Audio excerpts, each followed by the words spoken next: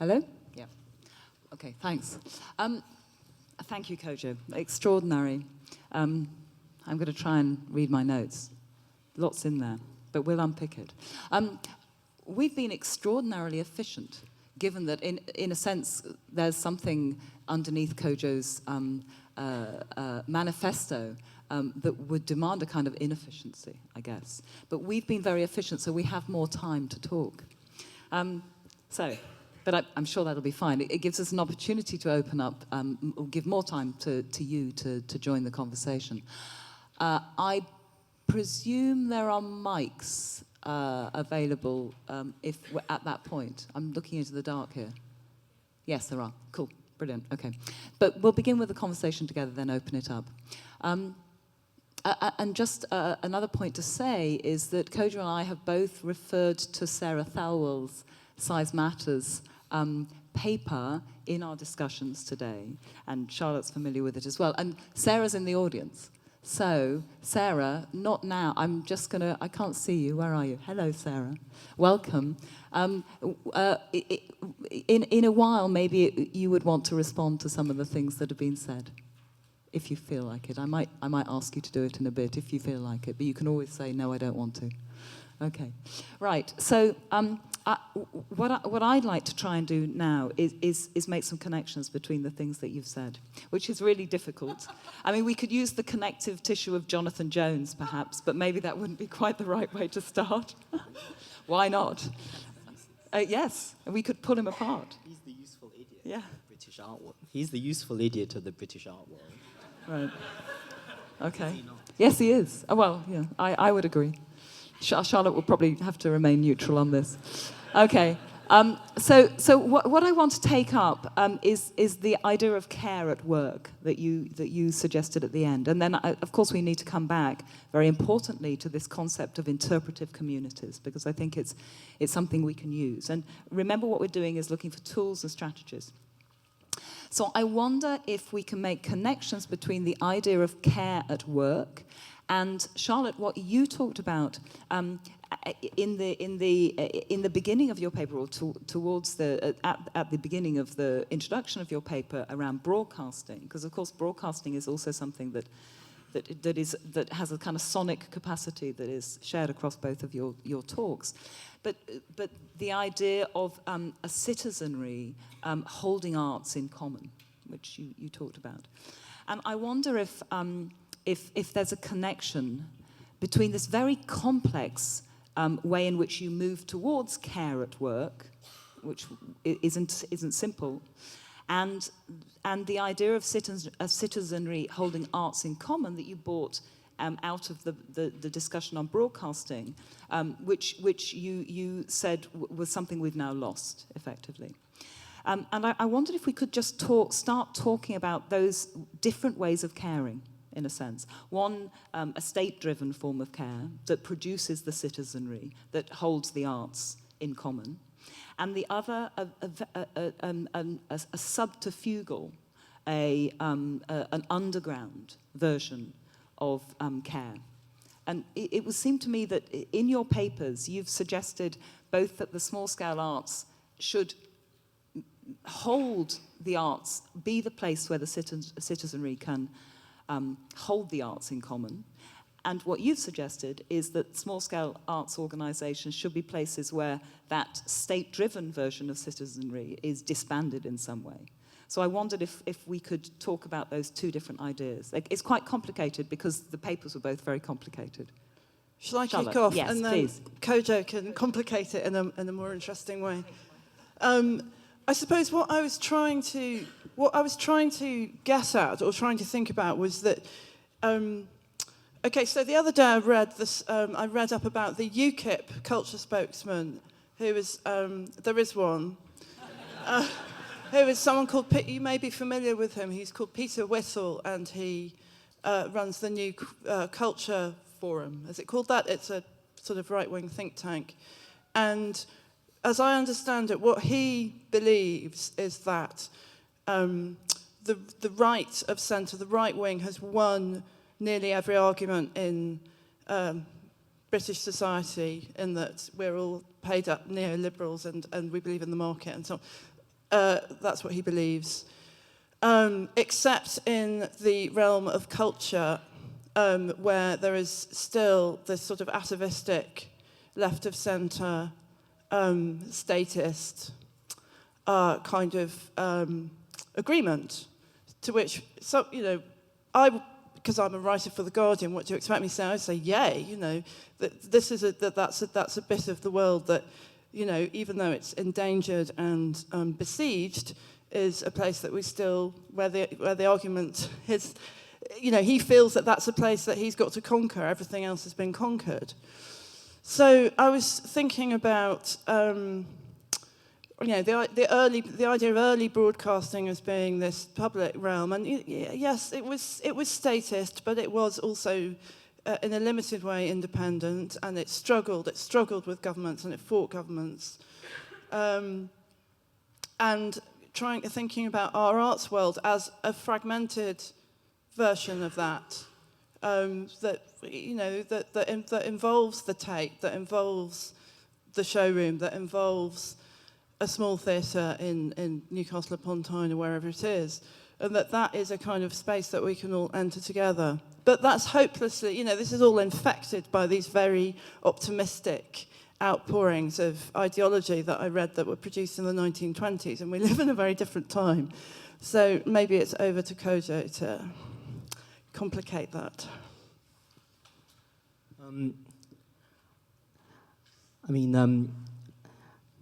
Last week, I think Emily and I went to see Chris Kraus at the London Review of Books, and then after Chris Kraus's kind of virtuosic reading, we went to a nearby pub, and we were talking about this event and how it would go. And Emily started talking about care as a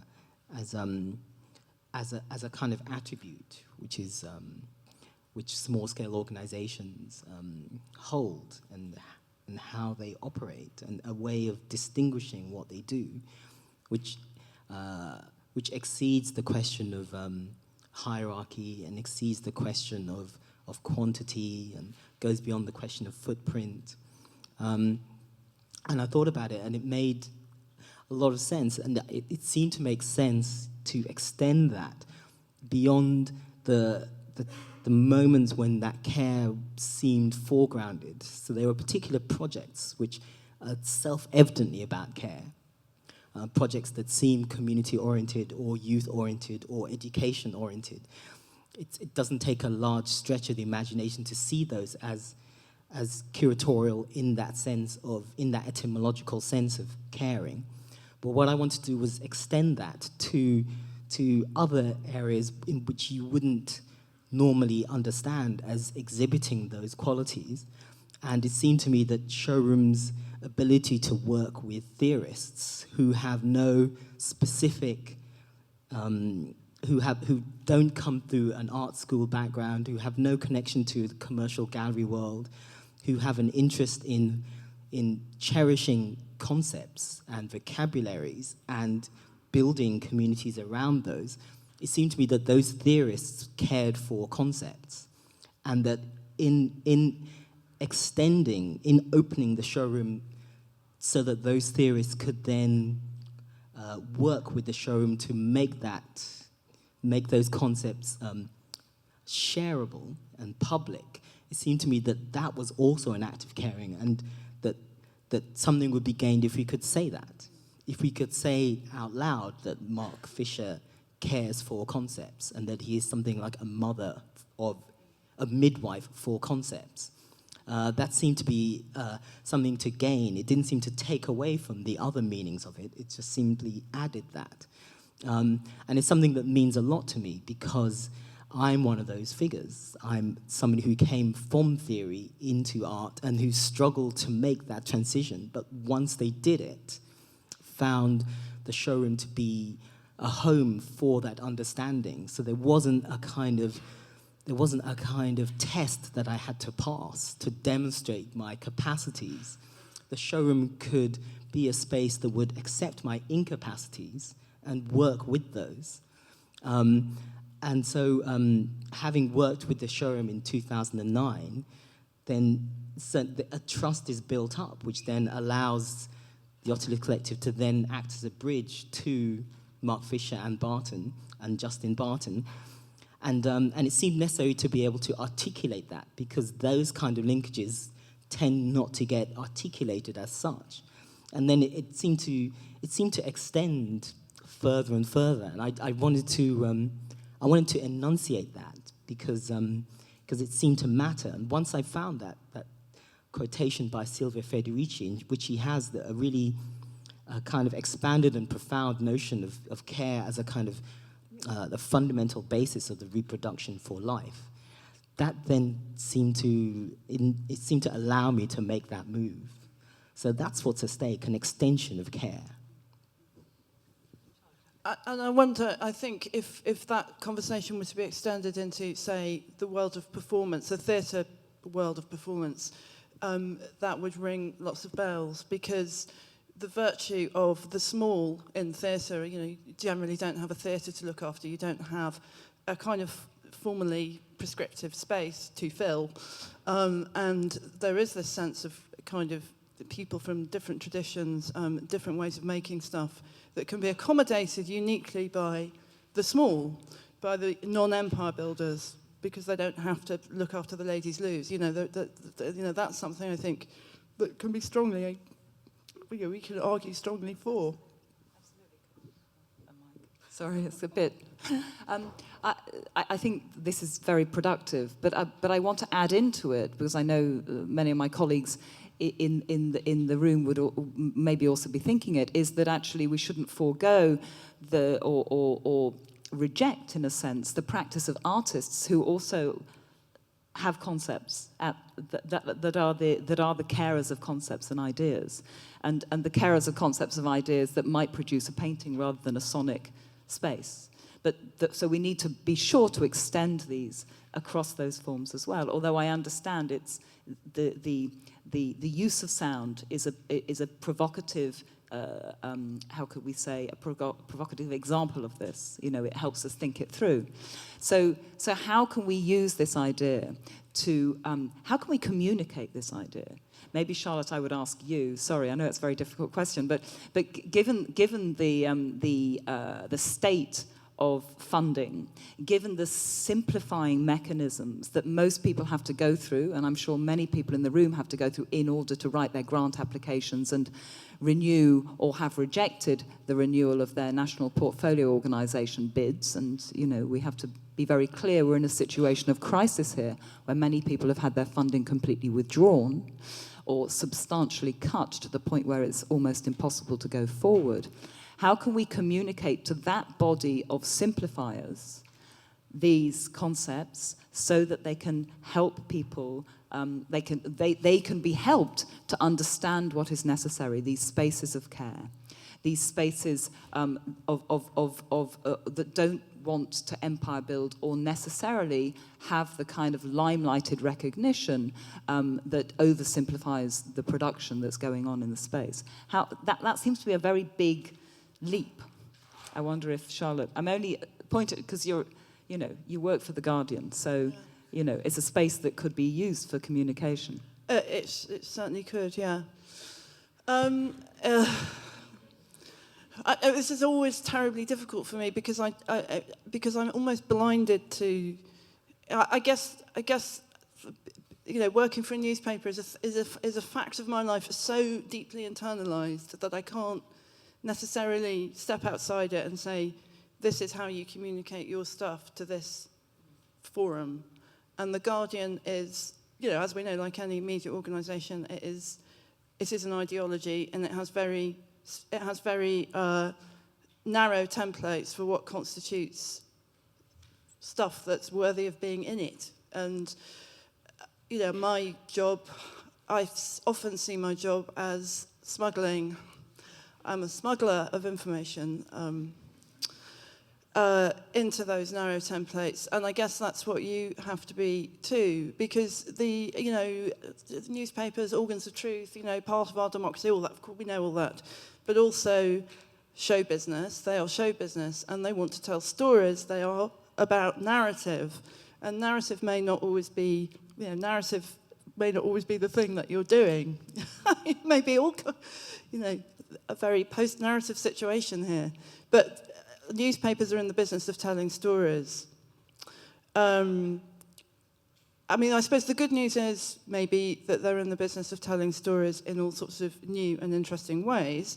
And actually the kind of linear text-based storytelling has been broken completely open. And in my office now over the road, there's a whole kind of cadre of people from completely different disciplines of filmmaking, of audio making, of data visualization, of animation. I mean, there are skills that for a long time, there's one guy who works on who's just had a film he made nominated for the BAFTAs. I mean, in a sense, there's a very kind of fertile sort of cadre of people who are coming into these organisations who you may find can be kind of exploited. I mean, or kind of met with or they used. They can be our allies. Yeah, they can, exactly. Exploited is perhaps the wrong word. But they can be allies in ways that we haven't yet discovered. But there are people there who want to tell stories in completely different ways. And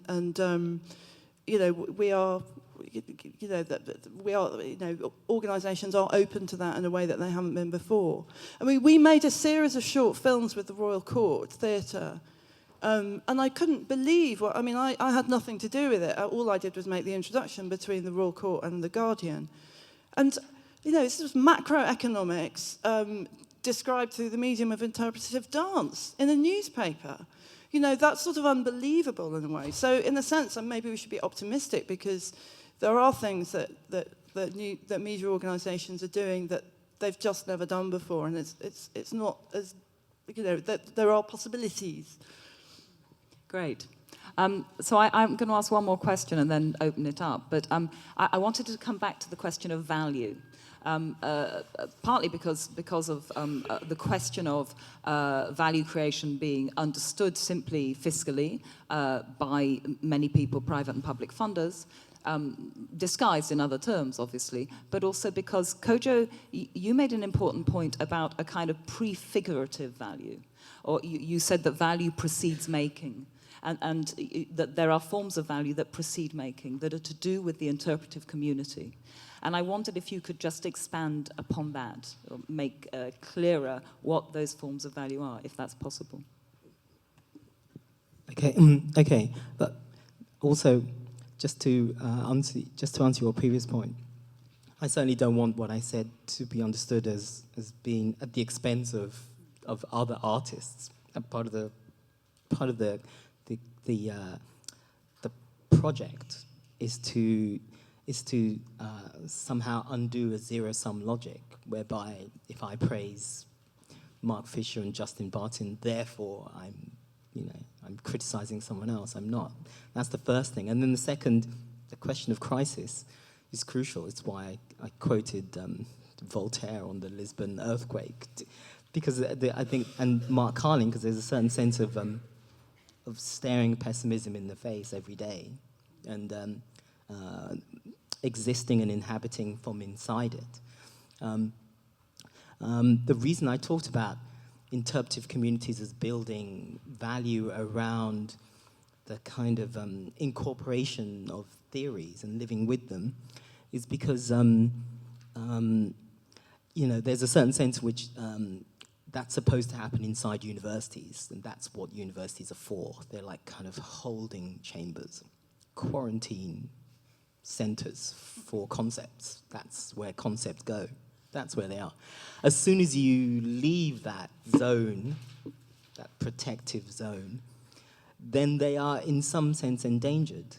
And I'm struck by the kind of what I described as this fluctuation between indifference and antipathy towards concepts, the kind of the critical reflex of dismissiveness. And I think it takes a certain courage and commitment to stand for certain concepts and to devote a lot of your work to building value around that, because it's done in the knowledge that it's its own reward to a certain extent. In other words, there's a kind of immanent politics there, which is not going to cash out into it's not going to be possible to monetize it in any way soon. And the effort and the struggle to find ways to take a concept to market and to make it pay off is a difficult one. And I think it's somewhat of it's a job in itself, which many have tried and which defeats and exhausts many people. And this is why community is important, because several people bonding around a certain idea, whether that's accelerationism or speculative realism or hauntology, whatever the concept is, and however it's libidinized, that can in a way both compensate for its lack of monetary value, and it gives it a certain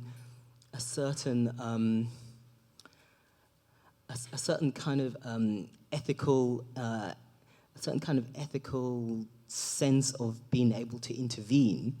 The concept can do things in the world because it doesn't have to care about its monetary value. This is why I said that, to me, theories have a kind of negative value. It's not just that they're undervalued, they are negatively valued. This is why marketers are mortally fearful of naming theories, because they know very well that certain theories have an anti-Midas touch. So we hear all the time, we hear continually about recuperation and instrumentalization, but I know many concepts that couldn't sell out if they wanted. And this is their value, that they have an anti-recuperative effect. In Britain, nobody will touch them. And this is a good thing, because in the penumbra of this hostility, there is something like an inverted fear of what this concept can do, of its contagious capacities, of its capacities to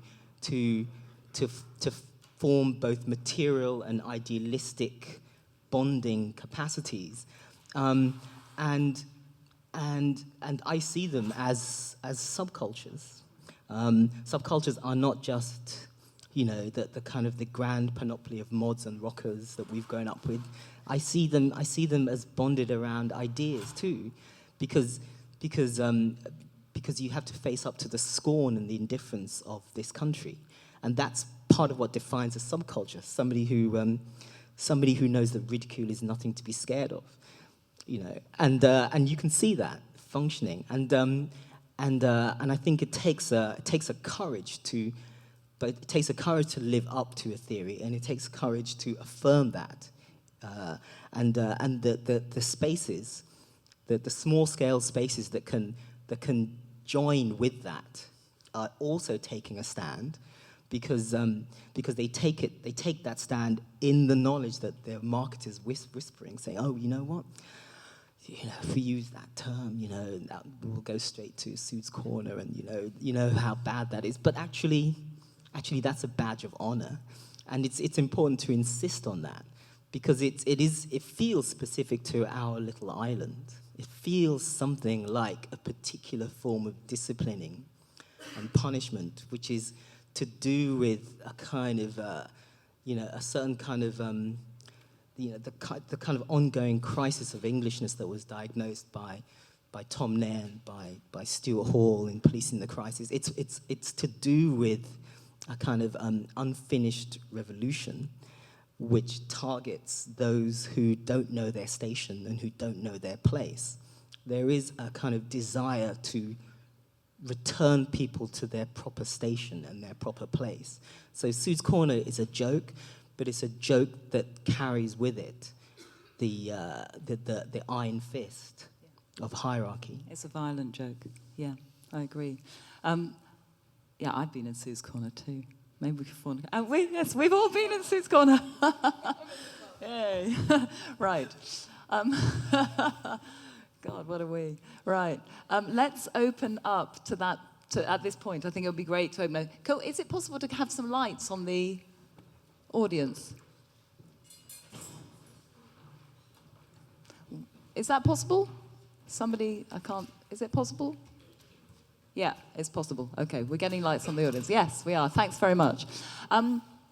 Whether this is specific to the UK or not, maybe our international guests will be able to talk about. I know we have people here who come from distant shores, and so it would be interesting to see also whether this violent kind of mimicry, or this violent mimicry is something specifically British, or something that many other people have to tackle.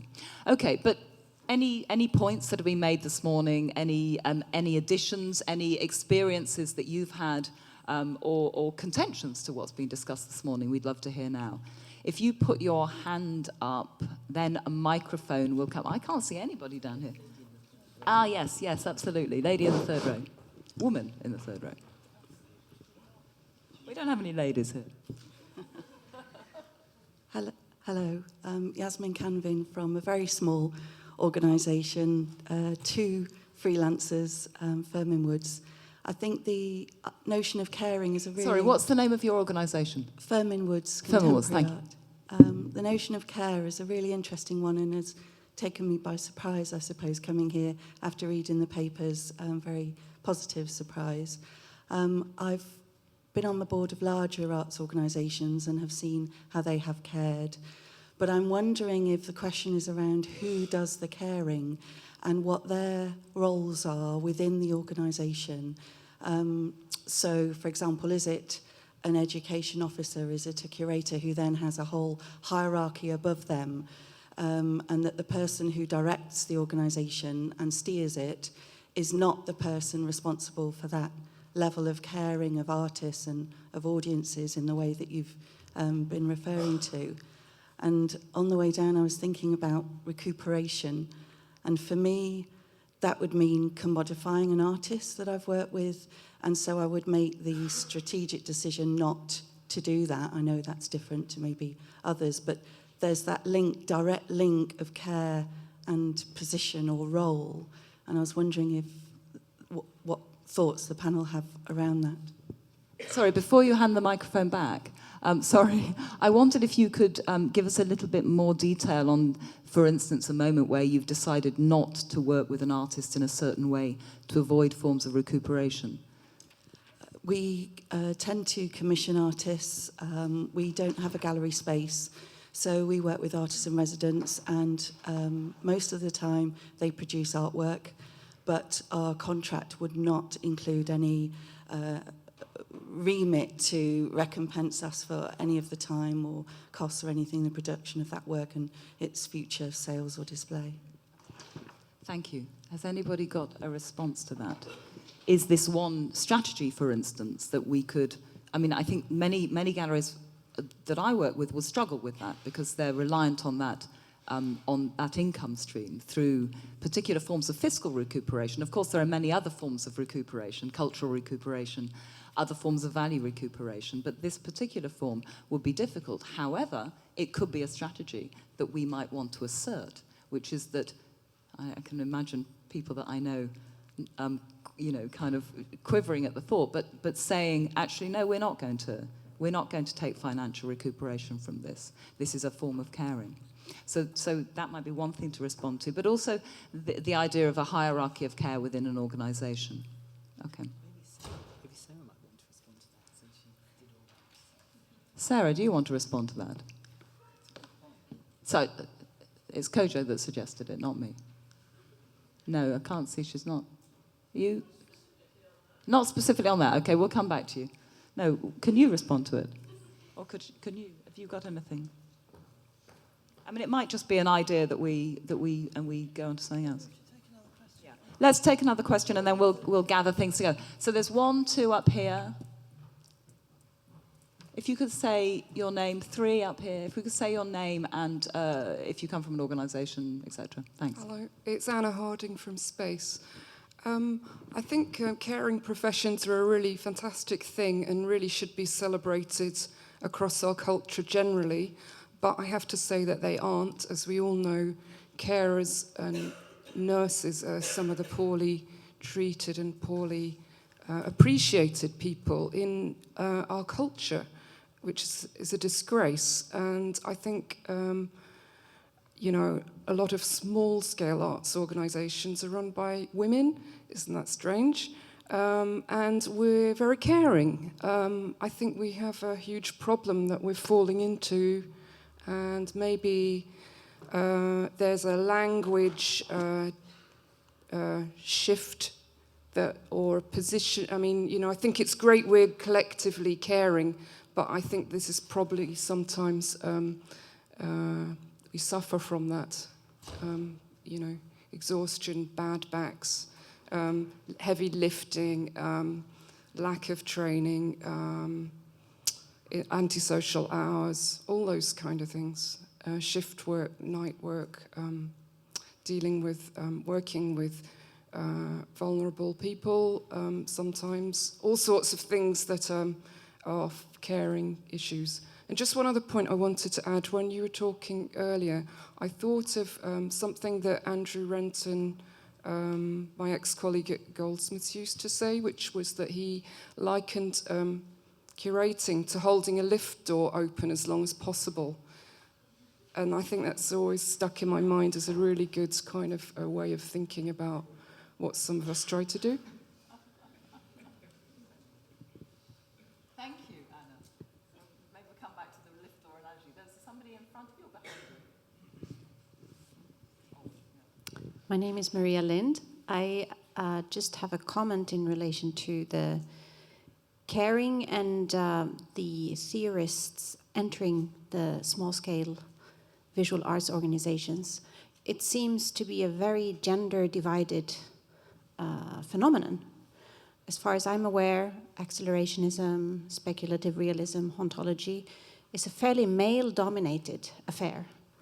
And the visual arts organizations, as has already been mentioned, are most of the time run by women. So how do we think about this, Kodwo?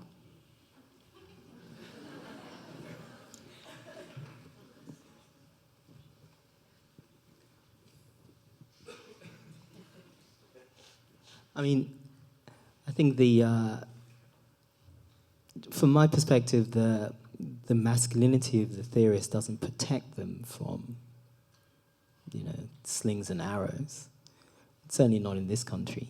Quite the opposite, actually. It's the first point of attack, and the last, usually. I think the question of gender always has to be articulated and undone as much as it can be. And I think in most cases it's not the relation between the two. The antagonism is not a gendered antagonism. There are multiple antagonisms falling that complicate the question of gender. I don't have to name them all, but I wouldn't characterize gender as the primary antagonistic division that structures the relation between theorists and institutions. I'd say it's one critical, but not the main one, for my purposes, because from how I see it, the theorists are not.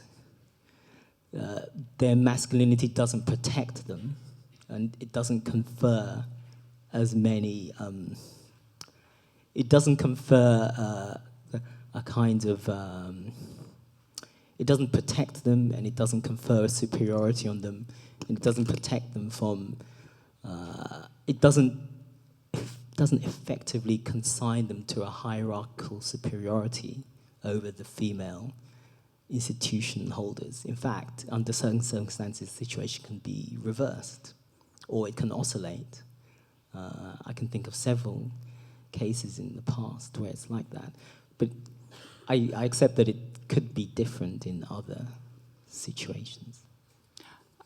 I'd like to add to that, actually. I think there are female theorists working in collaboration with institutions all over the place. I'm one of them. And I think that we maybe have different modes of affiliation. I would not necessarily want to criticize the accelerationists for being all male, although I would recognize it. and there are women around the edges, as there always are. But I think...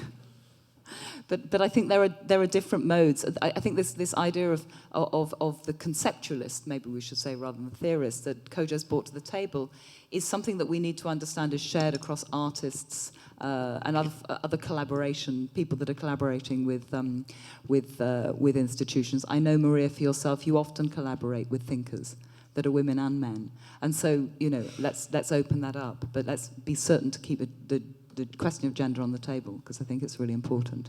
Charlotte?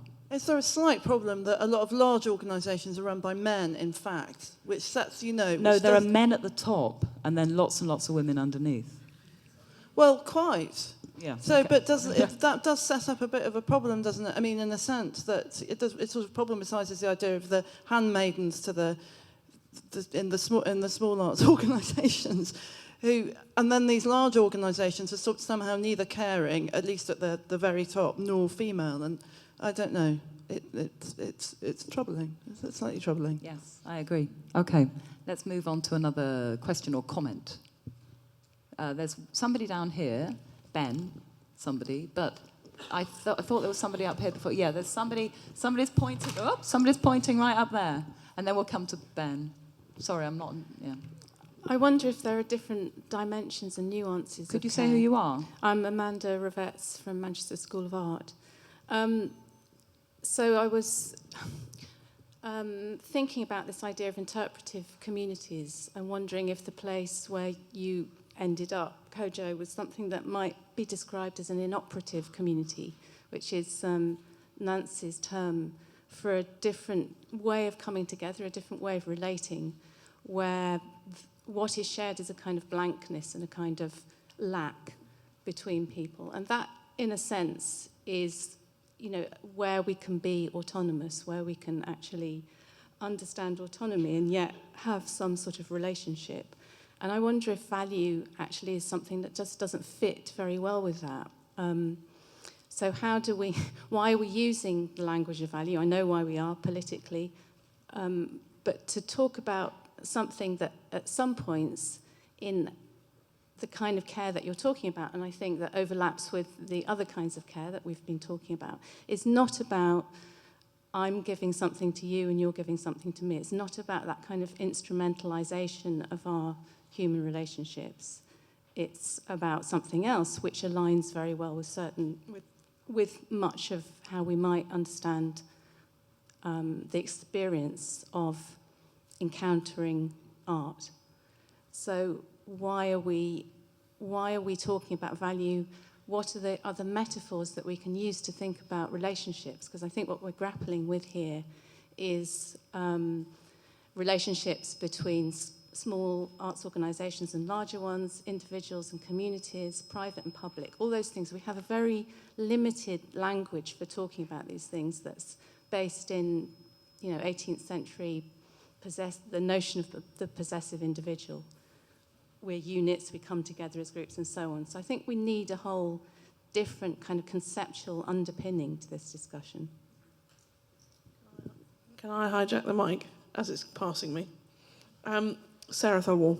I'm really interested by what you're saying about the language of this, because a lot of the language around organisations, value, etc., is based on the notion of a limited company and the way that we measure value in these trackable entities and the linearity of that. So we can talk about things that start in, simplistically as I have put it, the exhibition in a space, and they go on to these bigger things. But that linearity doesn't reflect all of the stuff that happens around it, as Kodwo was saying, both before and after. So our language is hampering our ability to reflect this holistic, which I would attach to that, as a word that might go with the caring notion, as opposed to the sort of incubating of ideas in an entrepreneurship sense that is often very linear. So I think I'd just underscore your point. Great. Any other questions or thoughts before we respond? Ben?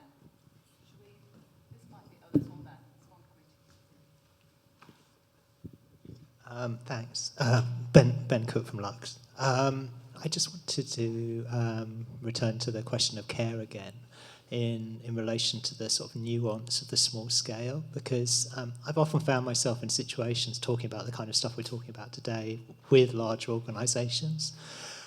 And I've never found, and I've always struggled to articulate a specific around this that would be distinct from the way that they would see themselves. Because to be honest with you, if you ask any large organisation about care, I think they would also associate with that as well.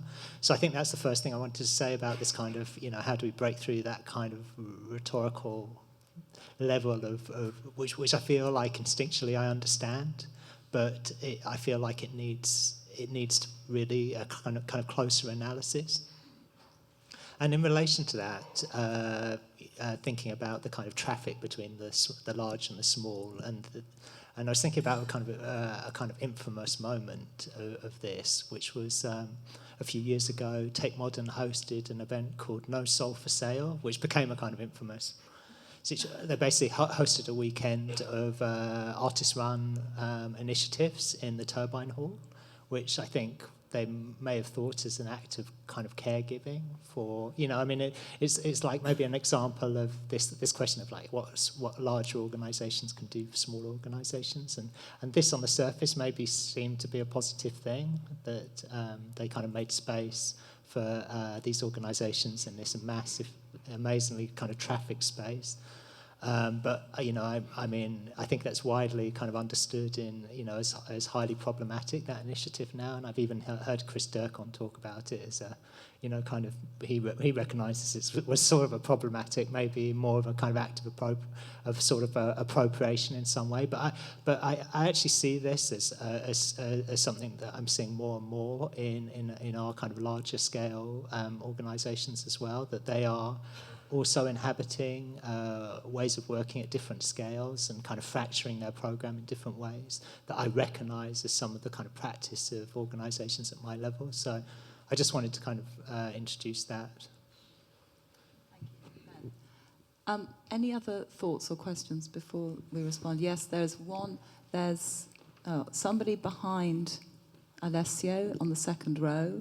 I don't know who to go to first. Somebody behind, somebody at the very top. Sorry. Don't worry, we will get round to everybody. It's just a question of seeing.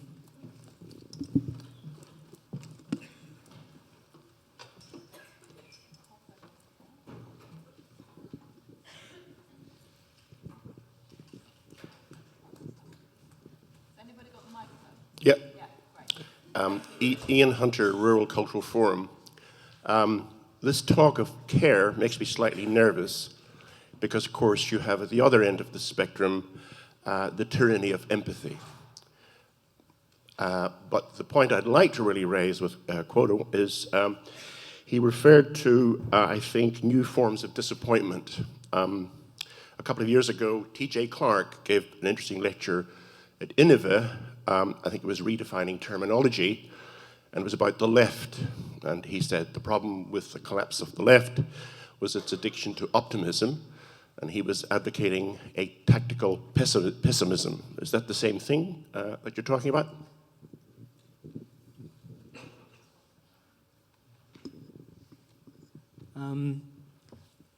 Not exactly, no.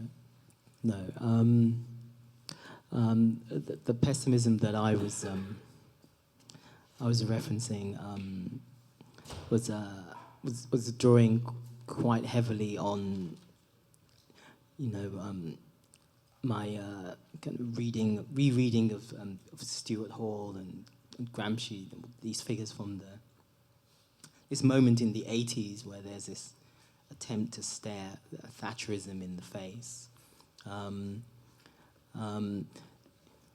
Whereas T.J. Clark's, from what I understand, it's a kind of renewed melancholia, So it feels slightly different.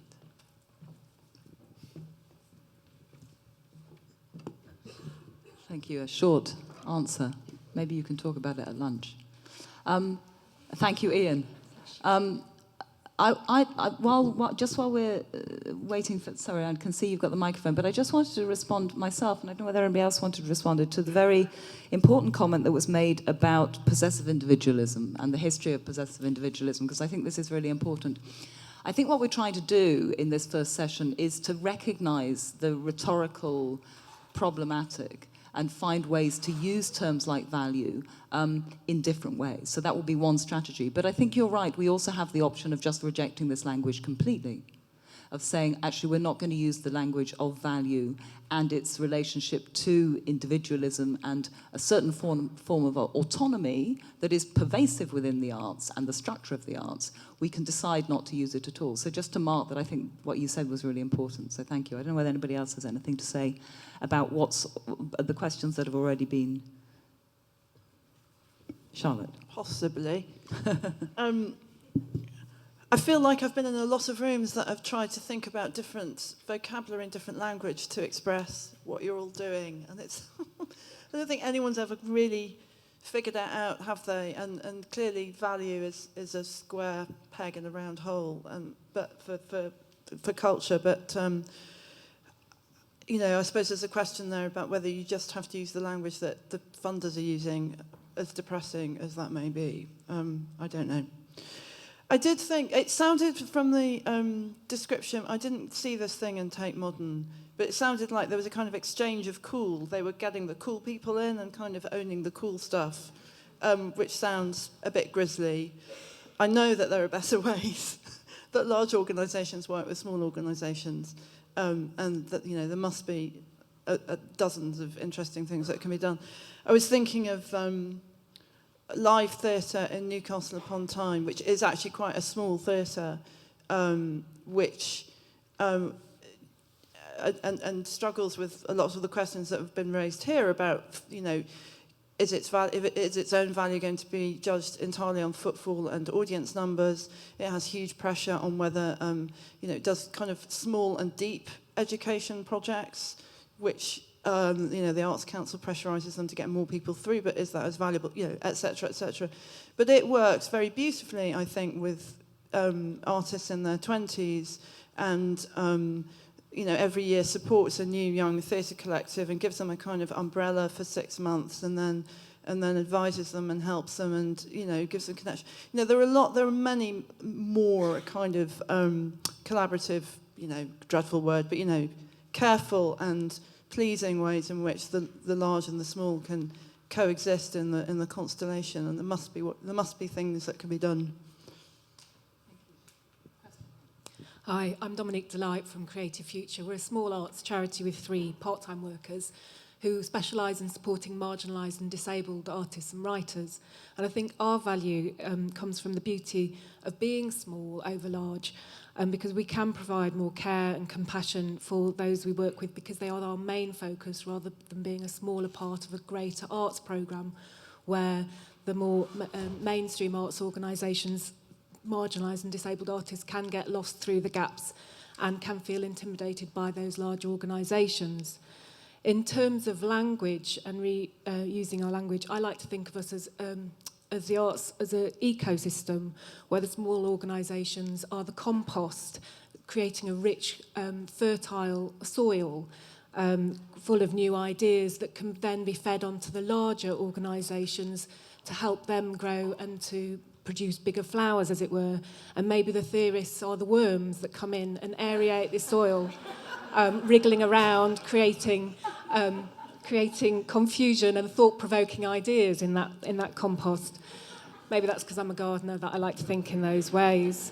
So those are my ideas on that. But what I would also like to ask is, so here we are caring for the artists and providing them with support, but who is caring for us? So that's come back to the original question about work and conditions of people in small arts organisations, because I don't know about you, but I always feel completely overwhelmed and beyond our capacity for the work that we have to do. And I certainly don't feel like we're getting enough support. Thank you. I'm sure we'll come back to the theorist's worms idea. Somebody behind, Yeah, Caroline from After All. Yes, I do like the worms idea very much. I just wanted to come up on this idea of vocabulary.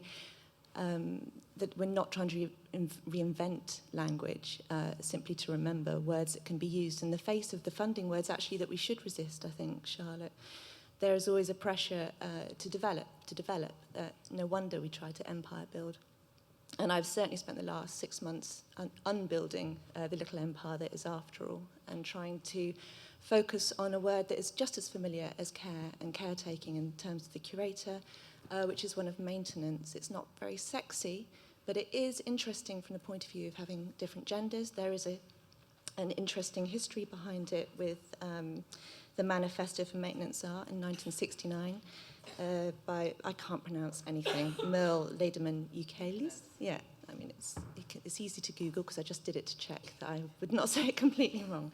But this idea of maintenance, I think, is really interesting because it works both ways in terms of how you manage your organisation, how you care for the people that come in and work, because you're maintaining their ambitions. It is not caring or small in the infantile sense. It's maintaining a sense of ambition and your own importance and understanding your true capacity.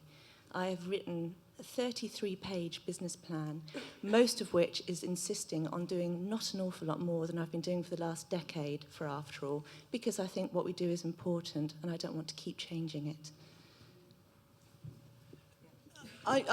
That's a really beautiful way of putting it, and I do, I suppose I was trying, my sort of stupid way to guess at that a bit with the sort of idea of the small organisation that doesn't empire build, and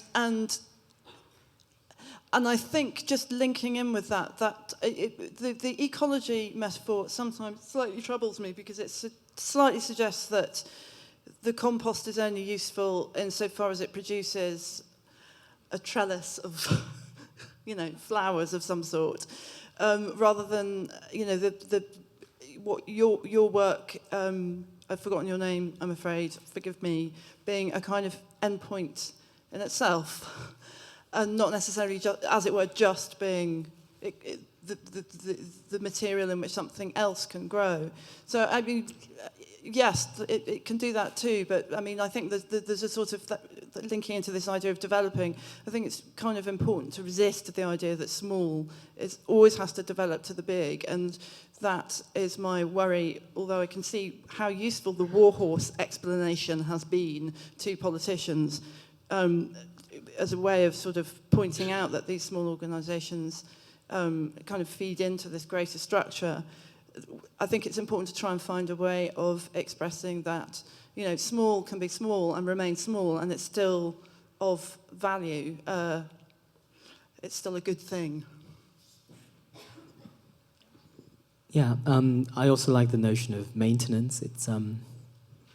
It chimes with some of Celine Condrelli's research on support structures and on friendship. Because even though I polemically stated it as a position of theorists entering the art world, actually the theorists that I like are also artists. So there's and there's clearly a tradition of that we know, in which the writing either functions in parallel to the art, or the writing in some way elaborates and extends on the art, and vice versa. Whichever way the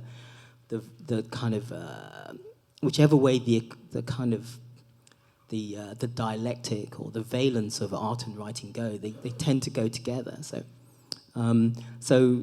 that I think is clearly a question of maintenance and a question of a certain kind of calculated symbiosis that's functioning.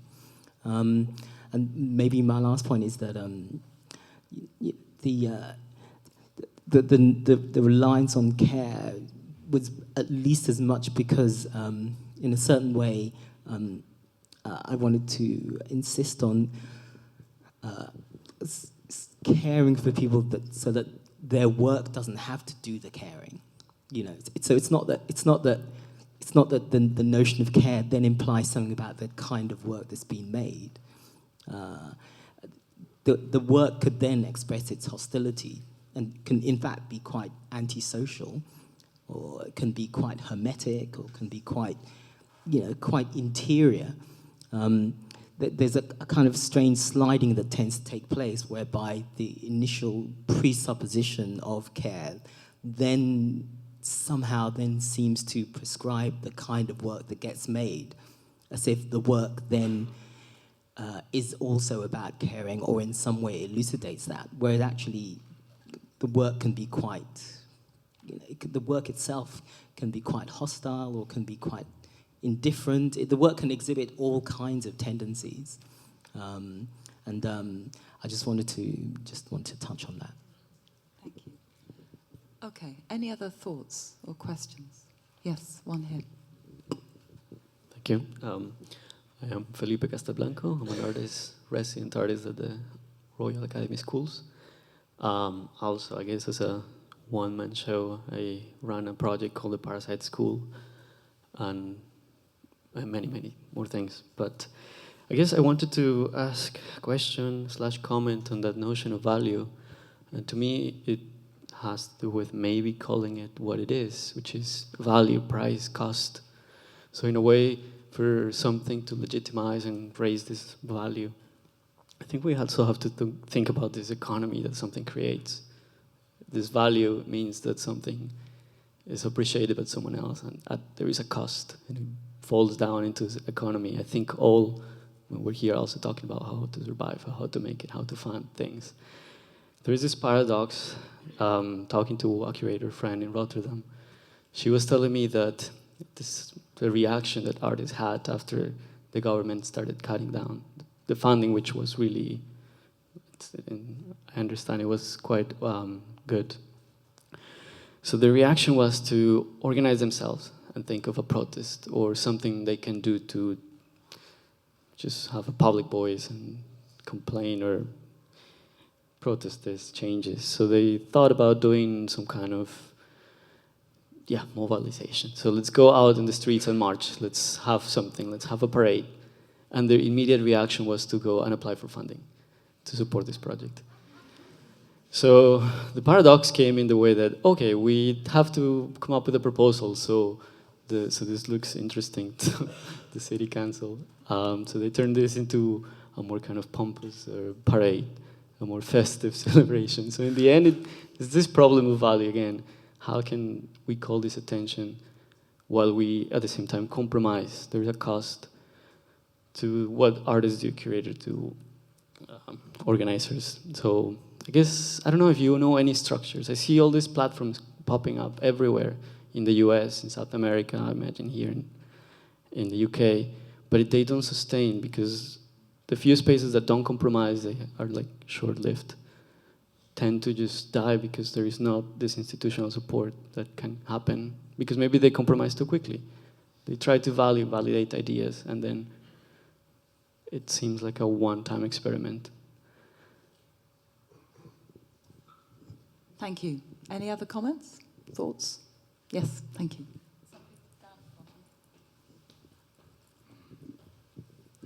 Hi, Kwong Lee from Castlefield Gallery, Manchester. I was just thinking two things. This comparison or analogy with care I'm not familiar with and not quite sure because care in NHS and hospitals is is so much more in depth that I feel like that as a sector I don't think we can give.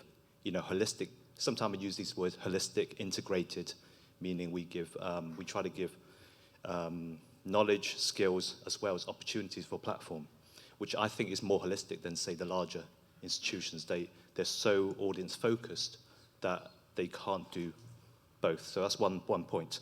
The other point is, I was thinking about differentiation between the large and small organizations, and to be quite crude about it in a sense, I think of the larger institutions as quite competitive with each other. They have to be. For funding, for audiences, for attention, for press, all these things. Whereas the small, through one way or another, we are much more networked. By that I mean there's a kind of sense that we look out for each other, in some sense, in their strength in that kind of numbers, but also at Castlefield we like to support smaller, emerging, new, artist-led. And for me, that's the strength of the small arts organization. We kind of know where we come from, in a sense. A lot of them are artists initiated or a group of people with common interests coming together, almost like a club that begins to be more formalized. So I just wonder whether the large has lost touch with that grassroots, but the small still has connections. And I think there's something to be said about differentiation in making the argument.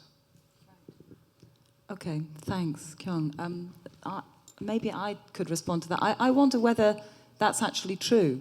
I recognise that the large institutions are in competition with each other, but I would think that the small-scale institutions are also in competition with each other, aren't they? I mean, there's a small pot of funding, and not everybody gets it, as we know, to the costs of many very good organisations that have recently lost their national portfolio organisation funding.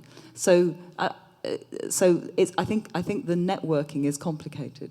I think this is maybe one of the things that will be opened up in the breakout groups after lunch. But I mean, just to put a slightly less optimistic kind of gloss on what you've said, because obviously one of the things that we're trying to do here is find ways of making that network productive laterally in many of the ways that I think that Charlotte and Kodwo have described this morning, using different languages and different terms.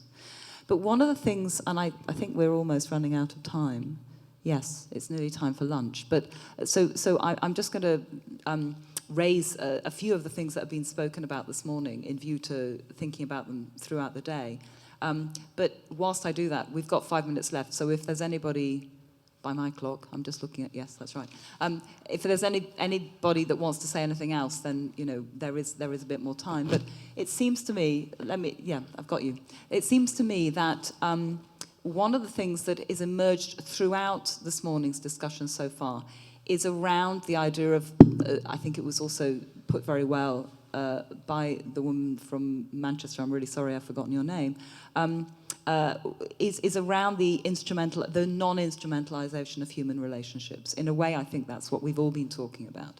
So how do we claim, to use the term, a value to that can be provided by a group of organizations that might identify as small-scale arts organizations, who proceed through the commissioning of artists and worms working together, and who develop forms of production in all shapes and sizes that are not interested in instrumentalizing either that production or the people that come and see that production in terms that are overtly humanist and individualizing. So we're producing spaces or providing spaces that do different things. And that might be a show of paintings, and that might be a work that is made collaboratively with a whole group of people in a different way. So it's not actually to do with the form, but it's to do with the concept of non-instrumentalization. And that's what we mean by care, because of course care is also a very instrumentalized concept as well. And we see the current coalition government caring through concepts like the big society, and so we need to also differentiate between the ways in which we're talking about care. Final comment from over here, or there might be somebody else as well. Could we have a microphone over here? Where's the mic? Thank you. Is there anybody else that wants to say something before we break for lunch? Yes, somebody here. And you guys, do you want to say anything else? Oh, okay. Thank you, yes. Hi, Matthew de Pulford from Limbo. It's not really a comment. It's a question. I wanted to take something that Ben said and return it as a question because I think it's worth asking. It's this point about, and it's for Kodwo really, it's this point about care exceeding hierarchy. So what Ben said was larger organizations are in some ways taking on what might be seen as the methodologies of smaller organizations in terms of care, perhaps. And I know that the definition of care we're working with is slightly elusive. I suppose what I would like to find out from Kodwo is how this this care is coupled specifically to the smaller organization? What is it? What is the essence of that point?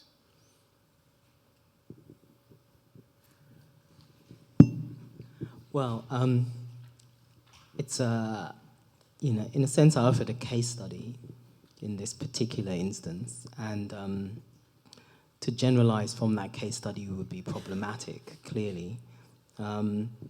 So I could reiterate my point in greater detail, but I'm not sure that's necessarily helpful. We can talk in the break, but my point was that in this particular case, that there was a certain quite complex mode of operation which went beyond its overt signs. So the key was to look for care in places you don't recognize it. There are cases where it's quite evident. There are cases where the instrumentalization of it is quite evident. And everybody here is all too familiar with that.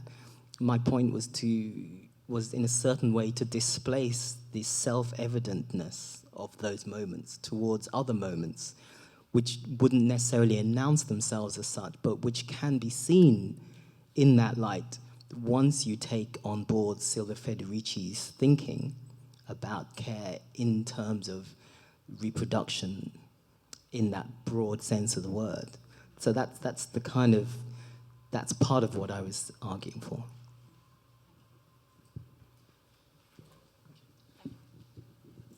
Just regarding this idea of instrument. Sorry, I'm Lester, and I'm from an organisation called Assembly House in Leeds. Regarding this idea of instrumentalisation, I think it's important to recognise that it's not just a thing that occurs within the arts, it's within all of society. And when we advocate what we're doing, I think we need to recognise the other areas that this is affecting for us to gain the support of wider society for our needs. Could you just elaborate on what, when you say other areas that we're affecting, what do you think? In terms of our social relations to each other as individuals, there's a lack of recognition of the things we do in our individual personal lives that support one another in society, and it happens within the arts, but it also happens caregiving outside of kind of institutional forms. People care for their relatives, and it's also in terms of the type of work that you do. All work has a form of care, but when it begins to become instrumentalized, it loses a lot of its kind of value in. Was there one more point? Yes, down here.